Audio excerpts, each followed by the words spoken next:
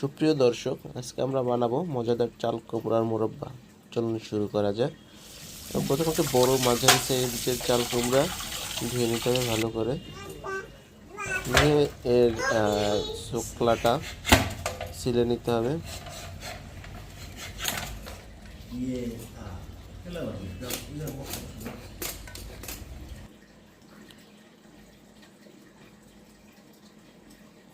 শুকলাটা ভালো করে ছাড়িয়ে নিতে হবে যেন একটু না থাকে, চারপাশে পরিষ্কার করে নিতে হবে। তারপর সাবধানতার সহিত এটা কেটে নিতে হবে।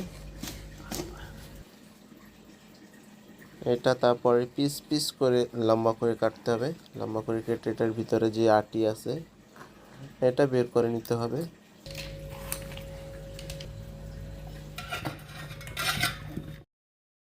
কাঁটা চামচ দিয়ে এটা ভালো করে একটু কেচে নিতে হবে।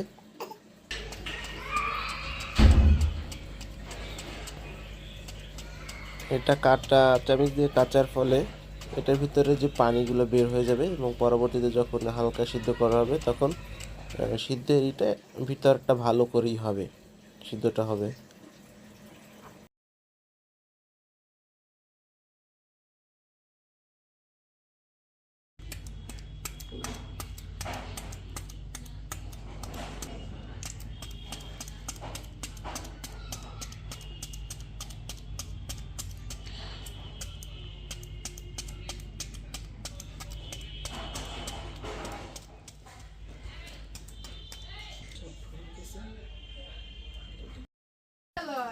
এবারে চাল কুমড়োগুলো সিদ্ধ করতে হবে।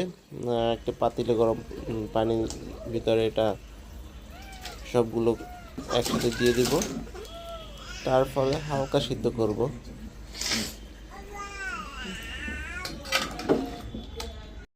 সিদ্ধ করার সময় ভালোভাবে খেয়াল রাখতে হবে যাতে খুব বেশি সিদ্ধ না হয়ে যায়। খুব বেশি সিদ্ধ হয়ে গেলে এটা নরম হয়ে যাবে, তাহলে টেস্টটা খুব ভালো আসবে না।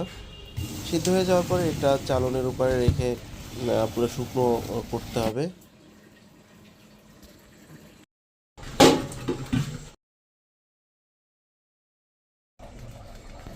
উঠিয়ে এভাবে কিছুক্ষণ রেখে দিলে পানিটা ঝরে যাবে।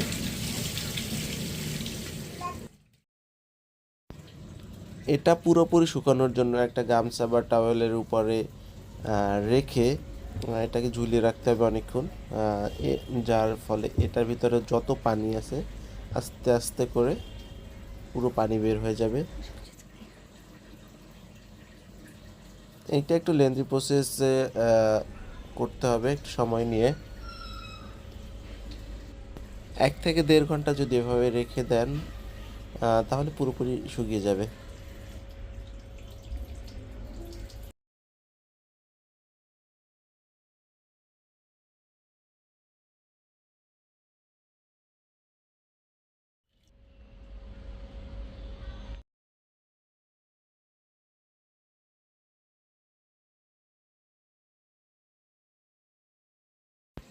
দেখুন 2 ঘন্টা পর এটা কি অবস্থা। 2 ঘন্টা এটা একটানা রেখা ছিল।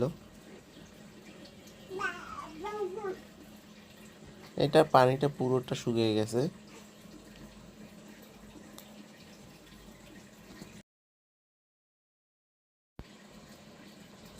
সিদ্ধ চাল কুমড়াটাকে তেলে হালকা ভেজে নিতে হবে। এই জন্য আমরা অল্প পরিমাণে তেল দিব।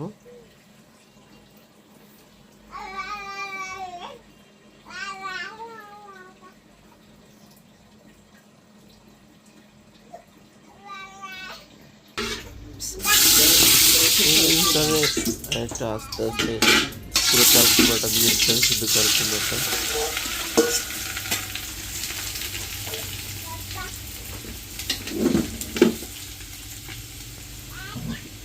একটা একটু পরে পরে নাড়িয়ে দিতে হবে যাতে ভাজাটা বেশি না হয়ে যায়।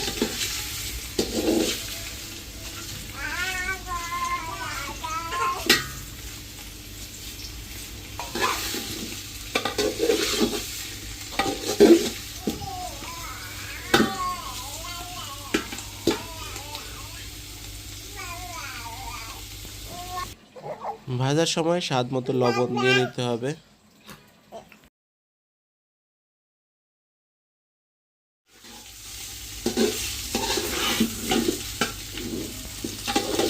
মোটামুটি হালকা ভাজা হয়ে গেলে এটা আমরা উঠিয়ে রাখবো।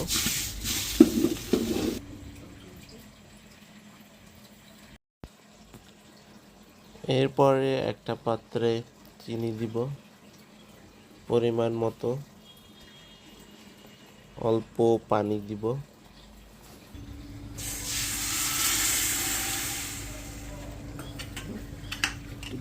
পানি দিয়ে নাড়িয়ে নেব। এরপরে এলাচ ও দারচিনি এটা দিব।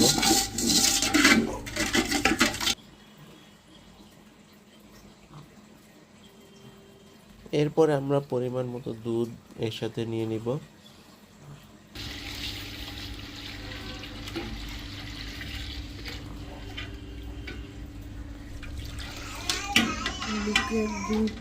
চুলার আঁচের দিকে খেয়াল রাখতে হবে, খুব বেশি যাতে না হয়, আর একেবারে কম যাতে না হয়।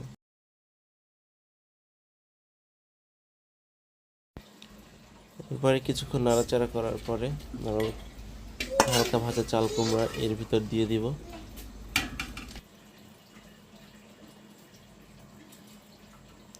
সবগুলো চাল কুমড়া দিয়ে দিব আমরা এখানে।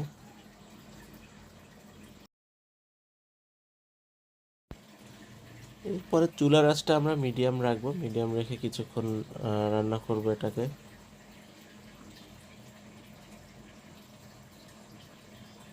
যখন আমরা দেখবো এটা কালারটা একটু এসে পড়ছে, তখন আমরা এটা একটু উঠে দেখবো এটা কি অবস্থা কি আছে। এর সাথে সাথে তৈরি হয়ে গেল আমাদের মজাদার, এরই সাথে সাথে আমাদের তৈরি হয়ে গেল মজাদার ইয়াম্মি চাল কুমড়ার মোরব্বা।